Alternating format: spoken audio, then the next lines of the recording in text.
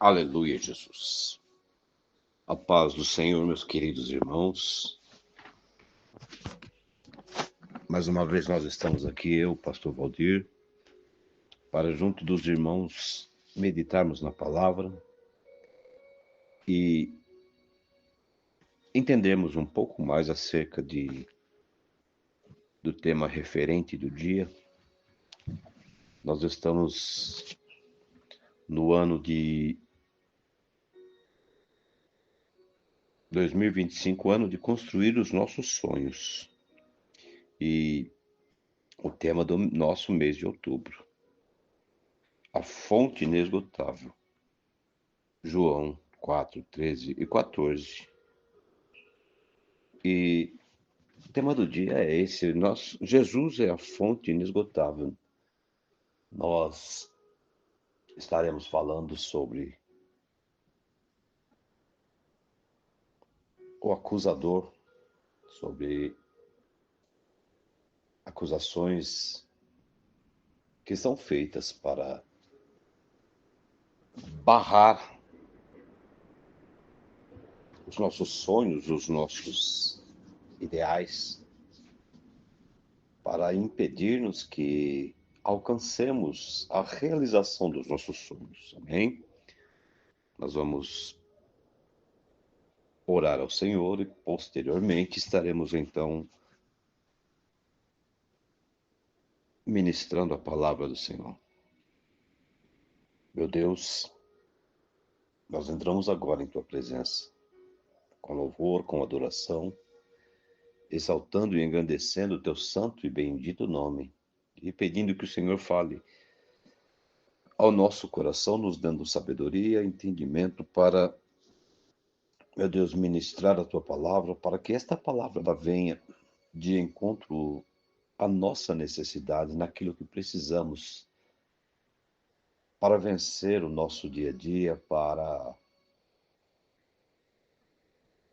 podermos alcançar êxito na nossa vida emocional, na nossa vida financeira, na nossa vida espiritual.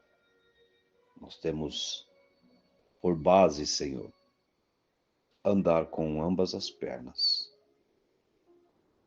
Ou seja, se nós estivermos com uma deficiente, certamente nós não caminharemos de forma adequada.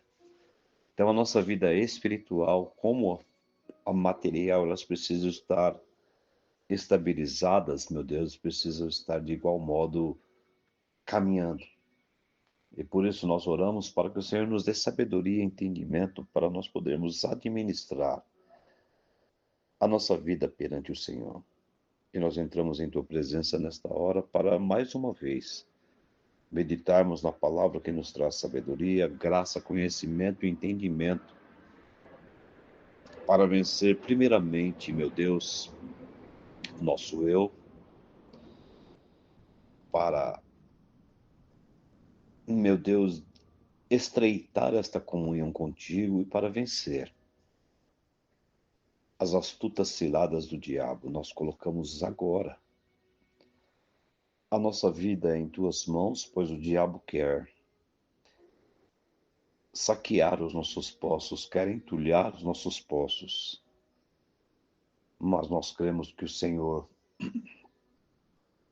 é conosco e nos escolheu para fazermos uma grande obra. E assim nós colocamos a nossa vida diante do teu altar. Meu Deus, te pedindo que nesses momentos nós possamos, meu Deus, entender a tua palavra. Possamos viver a tua palavra. Amém? Nós vamos começar lendo alguns versículos que nos foram dados como base. Gênesis 26, 21, que nos diz: então cavaram outro poço e também contenderam sobre ele, por isso chamou Sitna. E nós vamos, aleluia, Jesus.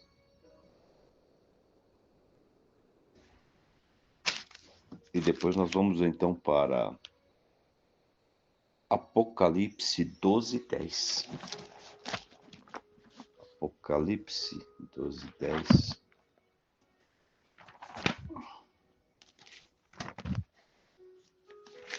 Aleluia, Jesus. Porque, irmãos, o intuito do inimigo é destruir aquilo que nós construímos. Porque há situações. Eu ouvi uma grande voz no céu que dizia: agora é chegada a salvação, a força, o reino do nosso Deus e o poder do seu Cristo, porque já o acusador de nossos irmãos é derrubado, o qual diante do nosso Deus os acusava de dia e de noite. Que nós lemos então Apocalipse 12, verso 10. Aleluia, Jesus. Nós vemos aqui, primeiramente, falamos sobre o poço de Sitna que foi cavado, porque onde Josué cavava poços, vinha alguém e entulhava. Isso nos faz entender, meus queridos, que há situações e lugares em que o homem natural, ele tenta fincar suas estacas, ele tenta se estabelecer e não consegue mais um escolhido, aquele que tem uma vida na presença de Deus, por mais difícil que esteja a situação. Deus dá a ele armas e uma visão que o homem natural não pode ter, e nós conseguimos, como diz o ditado, arrancar leite de pedra, porque nós temos em nossas mãos armas espirituais, porque nós entramos pela palavra, pela oração, nós entramos pelo direcionamento de Deus. Então, nós vemos aqui Josué, ele cavando poços, ele desempenhando o seu papel e Deus direcionando a sua vida, porque ele tinha um chamado específico, uma unção específica, um direcionamento específico, ao qual o próprio Deus havia designado para a sua vida. Amém? E depois, então, nós vemos Apocalipse, que foi lido aqui, sobre a prisão do acusador. Eu quero dizer aos irmãos que haverá o dia em que Satanás será preso, mas para você que irá nos ouvir, eu quero dizer que há um jeito de prender a Satanás. Satanás, ele está solto, sim, mas a tua oração, a nossa oração, ela limita os poderes do inimigo. Ela forma entre nós, como diz o salmista, o anjo do Senhor acampa-se ao redor do que os temem e os livra. Certamente se levantarão acusadores para tentar impedir a nossa caminhada, a nossa trajetória, para tentar impedir que nós alcancemos os nossos objetivos. Quantas vezes nós já tentamos alcançar os nossos ideais e as coisas começam a caminhar de uma maneira maravilhosa e de repente surge uma força estranha, uma palavra adversa, surge um oponente no meio do caminho, trazendo barreiras para impedir de nós alcançarmos os nossos objetivos. Mas se eu e você temos uma comunhão perfeita com Deus, temos um objetivo, um propósito, se nós realmente entendemos que os propósitos de Deus para a nossa vida, a menos que nós deixemos, eles não podem ser impedidos, eles serão alcançados. Mas o trabalho do inimigo é acusar. Já que ele não pode impedir o trabalhar de Deus, ele tenta nos induzir a perder a fé, ele tenta nos induzir a seguir um direcionamento diferente. É como eu vejo Jonas, quando Deus tinha um propósito em Nínive e ordenou a Jonas, que fosse até Nínive para pregar a palavra, porque havia mais de 120 mil homens que Deus queria salvar. Jonas, então, ele pega uma embarcação para uma cidade diferente. E eu pergunto para os irmãos, será que veio da cabeça de Jó esse pensamento? De Jonas? Será que veio da cabeça de Jonas este pensamento? Porque se nós formos analisar direitinho, nós vamos ver que havia uma tristeza no coração de Jonas por ele ver todas as maldades que os assírios faziam. Mas, irmãos, às vezes nós olhamos as circunstâncias, os acontecimentos, as pessoas que nos rodeiam, suas atitudes, e às vezes nós queremos fazer justiça com as nossas próprias mãos, com as nossas próprias atitudes. Mas Deus, ele tem a sua maneira toda peculiar de trabalhar, de agir. E no fim de tudo, se nós seguirmos o direcionamento de Deus, certamente nós chegaremos ao nosso intuito. O intuito de Deus era salvar uma cidade com 120 mil habitantes. Mas alguém, e os irmãos sabem quem é, colocou na cabeça de Jonas que ele deveria seguir para outro caminho e deixar que Deus destruísse a cidade. Mas, por caminhos tortos, ele teve que chegar e entender que melhor é obedecer do que sacrificar. Então Deus, ele tem a sua maneira de agir, de trabalhar, mas nós precisamos compreender que em tudo que nós houvermos de fazer, sempre aparecerão os empecilhos, sempre aparecerão os entulhadores de poços. Talvez você, como tantos, já teve um plano de abrir uma empresa. Talvez você, como tantos, talvez nós, como outros, tivemos o intuito, o desejo de realizar algo grande e alguém olhou para nós e disse: você não vai conseguir, porque você não tem capacidade, porque o seu sonho é muito alto, porque fulano pode, mas você não tem essa habilitação. Eu quero dizer para os amados irmãos que nós somos habilitados em Cristo Jesus. A palavra de Deus nos diz que se pedir tudo o que pedimos a Deus, crendo, nós receberemos.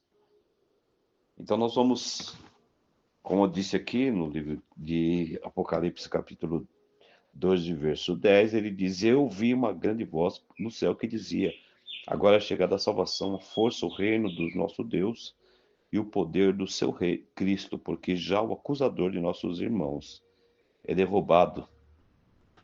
Na verdade, ele é derrubado todas as vezes que nós vencemos, todas as vezes que nós cremos e trilhamos um caminho de vitória. Nós vemos várias situações em que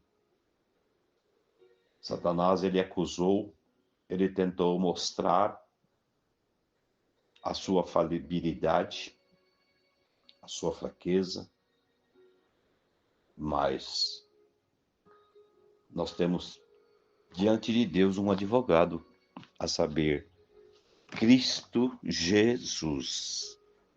Aleluia, Jesus. Nós vamos ler Zacarias, capítulo 3, os versos 1 a 10.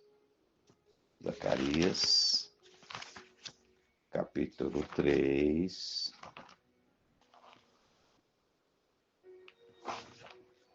Aleluia, Jesus.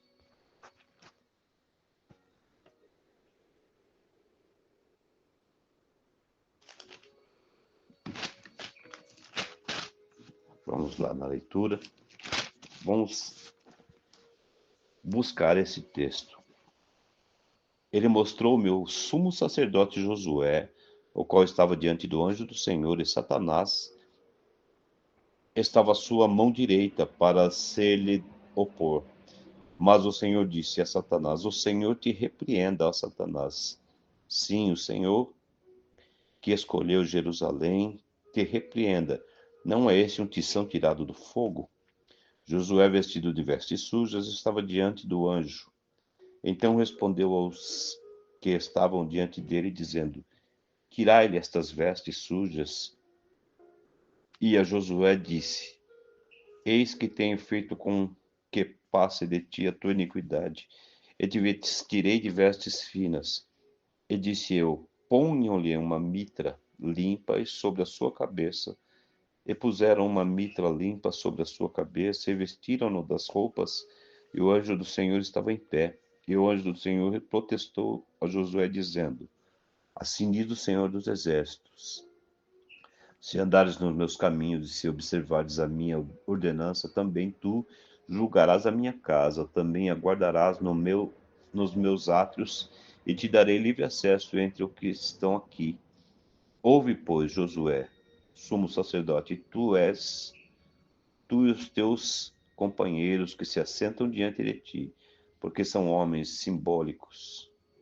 Eis que eu farei vir o meu servo, o renovo, porque eis que a pedra que pus diante de Josué, sobre esta pedra única estão 7 olhos, eis que eu esculpirei a sua escultura, diz o Senhor dos Exércitos, e tirarei a iniquidade desta terra num só dia.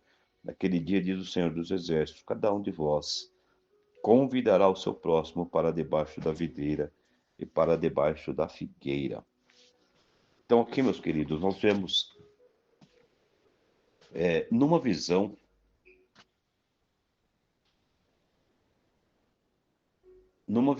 Deus mostra ao profeta Zacarias,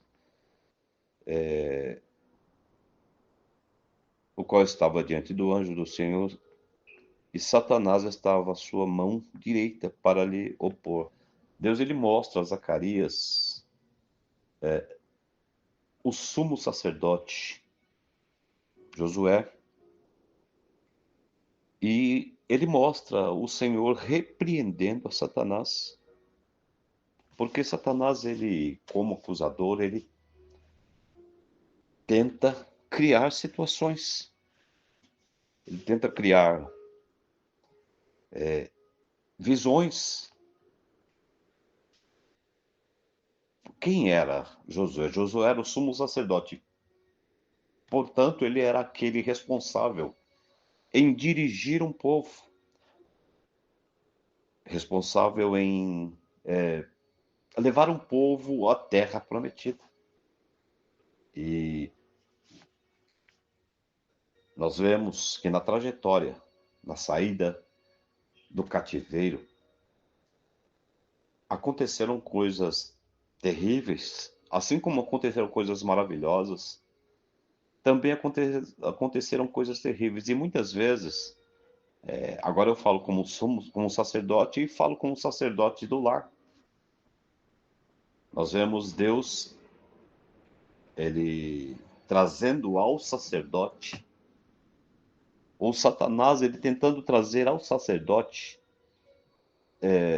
a culpabilidade sobre o que acontece. Por exemplo, você é pai de família, você tem filhos a apresentar a Deus, você tem a sua casa a apresentar a Deus. Só que você é o sacerdote, Mas não tem como você vigiar, ou como você, ou como nós, estarmos 100% do tempo observando os acontecimentos da nossa casa, dos nossos filhos, suas atitudes, suas palavras. E o que acontecia aqui era exatamente isso. Nós vemos, por exemplo, Josué, após uma grande vitória em Jericó, ele vai dominar uma outra cidade muito inferior, muito menor a Jericó.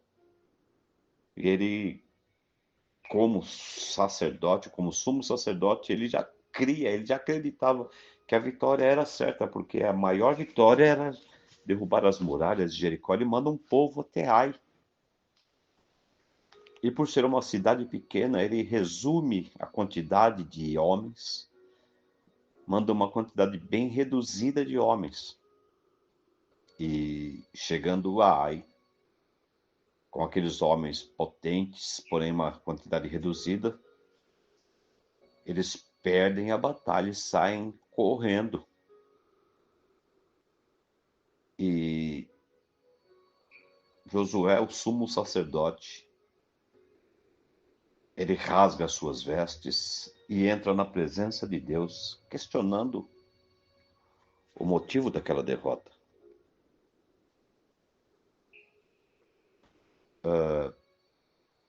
E Deus então lhe mostra que havia pecado em Israel, pois Acã havia desobedecido a Deus, trazido para si coisas que não eram para trazer, que Deus havia dado como abominação, ele trouxe para dentro da sua tenda, enterrou dentro da tenda. E muitas vezes isso tem acontecido. Nós observamos igrejas se despedaçando, nós observamos ministérios se afundando e nós ficamos questionando o que está acontecendo, o porquê de tudo isto. O líder é um homem de Deus, um homem que ora, que busca, que tem conhecimento na palavra, que tem posicionamento, mas as coisas não acontecem. Mas não acontecem por quê? Porque existem coisas escondidas, existem situações que precisam ser corrigidas. Então, nesse caso aqui, Deus revelou a Josué o porquê da derrota para um adversário pequeno. E às vezes nós tropeçamos em coisas pequenas, mas o pecado não estava em Josué. Satanás ele vem contender com Josué por causa das suas vestes sujas, mas Josué, como sumo sacerdote, se nós formos ver no livro de Apocalipse, nós vamos ver que os líderes, os pastores, eles eram chamados de anjos da igreja. Então, sobre Josué, Satanás tentou lançar toda a culpabilidade do povo de Israel, Satanás tentou lançar contra Josué. Porque Satanás acusou Josué, o sumo sacerdote, porque as suas roupas simbolizavam o pecado e a impureza do povo de Israel, não exatamente de Josué. A acusação era uma tentativa de impedir a restauração do povo e de invalidar a intercessão de Josué, que representava a nação perante Deus. Os irmãos entendam, a acusação de Satanás contra Josué era uma atitude de tentar impedir que a oração de Josué pelo povo fosse chegasse ao trono de Deus. Então, às vezes, o inimigo ele usa situações.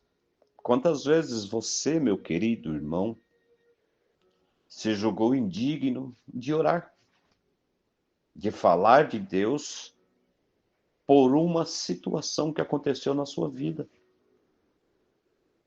Mas, meus queridos, nós vamos ver, por exemplo, um dos grandes homens da Bíblia, que foi Sansão, que errou, cometeu uma loucura, pagou o preço, morrendo pelo seu erro, mas Deus ouviu a sua oração. Nós vamos ver Davi pecando, cometendo adultério. Nós vamos ver Davi colocando o seu capitão para morrer em batalha. Nós vamos ver Davi fazendo o censo de Israel, coisas que desagradavam a Deus, mas todas as vezes que ele pecou, ele chegou-se à presença de Deus, confessou seus pecados, restaurou a sua vida com Deus. É lógico que, quando nós estamos em pecado, nós sofremos as consequências do nosso pecado, do nosso erro. Mas isto não impossibilita Deus de nos perdoar, de nós chegarmos ao nosso objetivo.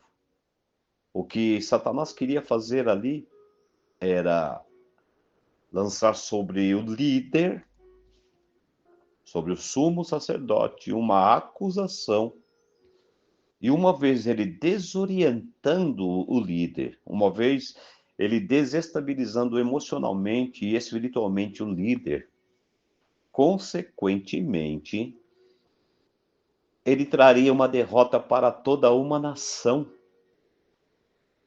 E quando eu falo sobre sacerdote, nós ouvimos muito, por exemplo, pastora Sandra e pastor Rui comentar sobre o sacerdote do lar.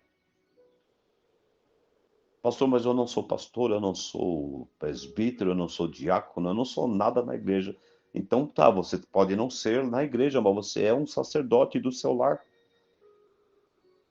E nós temos como princípio ser espelho para o nosso lar. Nós temos como princípio, muitas vezes nós somos o sacerdote da empresa que nós trabalhamos. Muitas vezes nós somos o sacerdote da escola que nós estudamos. Muitas vezes nós somos o sacerdote dos lugares onde andamos, porque Deus nos colocou em lugares para sermos visualizados. As pessoas buscam em nós um exemplo. E o intento do inimigo é manchar as nossas vestes. O intento do inimigo é destruir a nossa aparência perante o mundo. A acusação de Josué estava vestido de roupas sujas, que representavam as transgressões não dele, mas a contaminação do povo. Satanás usou isso para acusá-lo de ser indigno de representar o povo e de sua falta de autoridade para interceder. Os irmãos percebam que ele usou o pecado do povo para tentar trazer nulidade na vida sacerdotal de Josué. O termo Satanás significa adversário ou acusador. Na visão de Zacarias, seu papel é o de acusador, apontando as culpas de Israel e tentando impedir o plano de Deus para a restauração. Então, muitas vezes, o inimigo lança no nosso rosto coisas que nós nem cometemos, mas que alguém cometeu, alguém próximo, alguém que nos representa. E ele tenta mostrar que nós somos a causa de tudo. Apesar das acusações de Satanás, Deus repreendeu o acusador, declarando que não permitiria que ele impedisse seus planos. Deus rejeitou as acusações, lembrando que Josué era, olha o termo que o Senhor usou, ele era um toco de lenha tirado do fogo, resgatado do cativeiro. Então Josué, ele era uma brasa viva que foi tirado do cativeiro. Nós somos esta brasa viva que incendeia, ou que deveria incendiar, todos aqueles que se aproximam de nós. Como Josué, nós também fomos tirados do cativeiro do pecado. O povo foi tirado do Egito. E nós somos o povo tirado da condenação do mundo, do pecado, das orgias, das bebedices, dos vícios. Fomos resgatados. Então, dia após dias, muitas vezes usando pessoas, até mesmo pessoas mais próximas, e outras vezes o inimigo tenta usar a nossa própria consciência. Então eu digo sempre que é importante que nós mantenhamos uma comunhão perfeita com Deus, uma vida de adoração, uma vida de oração, para que a nossa consciência não nos traia. Porque às vezes nós ouvimos palavras, nós sentimos olhares de acusação e a nossa própria consciência nos acusa daquilo que muitas vezes sequer aconteceu. A depressão, ela é muitas vezes o resultado de uma acusação. A pessoa, ela ouve desde criança que ela não é ninguém, que ela não vai chegar a lugar nenhum, que ela não pode, que ela não é, que ela não vai ser. E isso começa a causar um sentimento de perda, de diminuição. E a pessoa acaba crescendo com esse sentimento e ela se torna o que as pessoas dizem. O intuito de Satanás é provar que você não presta. O intuito do inimigo é provar que você não vai dar em nada. O intuito dele é destruir a minha, a tua personalidade, fragilizando o nosso ego. Mas aqui nós vemos o anjo do Senhor, que eu e que muitos têm como Jesus no Velho Testamento. O anjo do Senhor, ele lembra que Josué era como um toco de lenha tirado do fogo, resgatado do cativeiro. Eu quero te dizer, meu querido, minha querida, que eu e você, nós somos como um toco vivo, abrasivo, tirado do cativeiro, tirado do fogo.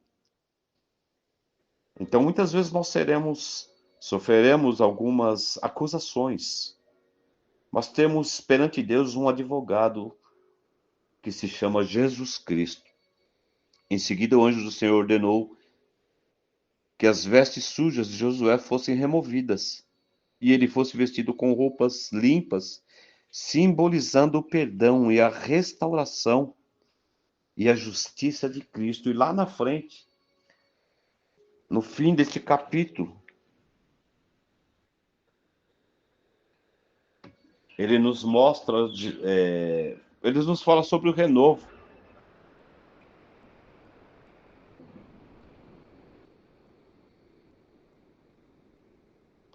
No versículo 8: Ouve, pois, ó Josué, sumo sacerdote, tu e os teus companheiros que se assentam diante de ti, porque são homens simbólicos. Eis que eu farei vir o meu servo, o renovo. Então ele estava direcionando Josué para dar continuidade à obra, isso na visão de Zacarias, para dar continuidade àquilo que ele foi chamado para realizar.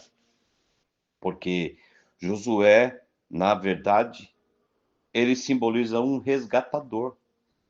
E se os irmãos forem analisar o nome Josué, ele é sinônimo do nome Jesus. Josué também simboliza Jesus, um libertador. Então, neste quesito, Josué estava representando um povo que ele levaria para a Terra Santa, para a Cidade Santa. Então, Josué estava simbolizando Jesus. E lá na frente ele fala e que ele traria um renovo. Este renovo não é outro senão o próprio Jesus. E quando Jesus viesse, porque, versículo 8: ouve, pois, Josué, sumo sacerdote, tu e os teus companheiros que se assentam diante de ti, porque são homens simbólicos. Eis que eu farei vir o meu servo, o renovo, que é Jesus. Porque eis aqui a pedra que pus diante de Josué, sobre esta pedra única estão 7 olhos. Eis que eu esculpirei a sua escultura, diz o Senhor dos Exércitos, e tirarei a iniquidade desta terra num só dia. Ou seja, então ele mostra a pedra. E nós sabemos que Jesus, ele é a pedra. O número 7 simboliza a perfeição. Jesus é a pedra perfeita, a pedra angular. O Senhor, diz o Senhor dos Exércitos, eu tirarei a iniquidade dessa terra num só dia. Então ele mostra para Zacarias a pedra que era Jesus, os 7 olhos que significam a perfeição. Naquele dia, diz o Senhor dos Exércitos, cada um de vós convidará o seu próximo para debaixo da videira e para debaixo da figueira. Ou seja, aqui ele fala sobre a paz quando viria ou quando virá o renovo que é Jesus. Jesus vai voltar, onde não mais haverá o acusador. E quando ele fala em estar debaixo da videira, para debaixo da figueira, ele fala em união, onde todos nós podemos estar juntos, reunidos em paz e em harmonia. Então eu quero dizer para os amados irmãos que muitas vezes nós seremos acusados. Passaremos por acusações, por situações de agravo, porque o papel do inimigo é acusar, é tentar destruir, como nós temos o nosso tema do ano. Ele quer tentar nos impedir de construirmos os nossos sonhos. Mas eu quero dizer a vós todos que os seus planos e os seus sonhos, eles estão guardados em Cristo Jesus. E cada vez que o inimigo te disser que você não pode, que você não consegue, que você está em pecado, como eu disse, Josué, ele não estava em pecado. A casa de Israel pecou. E como ele era o líder, respingava sobre ele. Mas, se nós formos analisar friamente, cada um de nós responde pela sua vida. Você não pode pagar o preço do pecado da sua esposa, você não pode pagar o preço do pecado do seu marido, tampouco o preço do pecado do seu filho, da sua filha. Cada um vai responder por si. Muitas vezes o inimigo tenta falar. Quantas vezes nós ouvimos alguém dizer quando um filho erra, quando a mulher ou quando o esposo se afasta, onde eu errei? Mas não se trata de onde eu errei, se trata de quem errou, porque nós daremos conta da nossa vida. Nós não podemos dar conta da vida dos nossos entes queridos. a nossa salvação, ela é individual. E nós não podemos parar cada vez que alguém tentar entulhar os nossos poços ou tentar dizer que nós não temos capacidade. Se eu não tenho capacidade para ser um grande empresário, eu tenho capacidade para trabalhar e sustentar a minha família. Se eu não sou o mais belo entre os homens, eu também não sou o mais feio. Vai ter sempre uma panela para minha tampa. Então, se eu não sou, se eu não posso ser um homem de alta tecnologia, mas eu posso fazer algo e do meu suor ganhar o meu sustento. Então, Satanás ele vai sempre trabalhar um ponto fraco na minha vida, na tua vida, para mostrar que eu não tenho capacidade, para mostrar que a minha vida não está direita. Muitas vezes, meus queridos, nós lutamos por um objetivo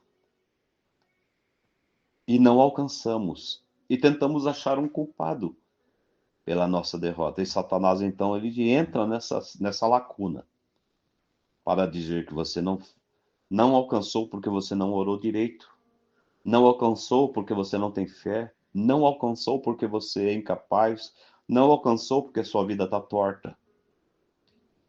Mas cada um de nós tem uma posição no reino de Deus, cada um de nós tem uma posição na sociedade. E nós somos diferentes uns dos outros. Alguém vai chegar à habilitação de Paulo, outros vão ser um mero ajudante. Mas isso não quer dizer que perante Deus somos inferiores ou superiores. Isto se trata de utilidade, cada um na sua área.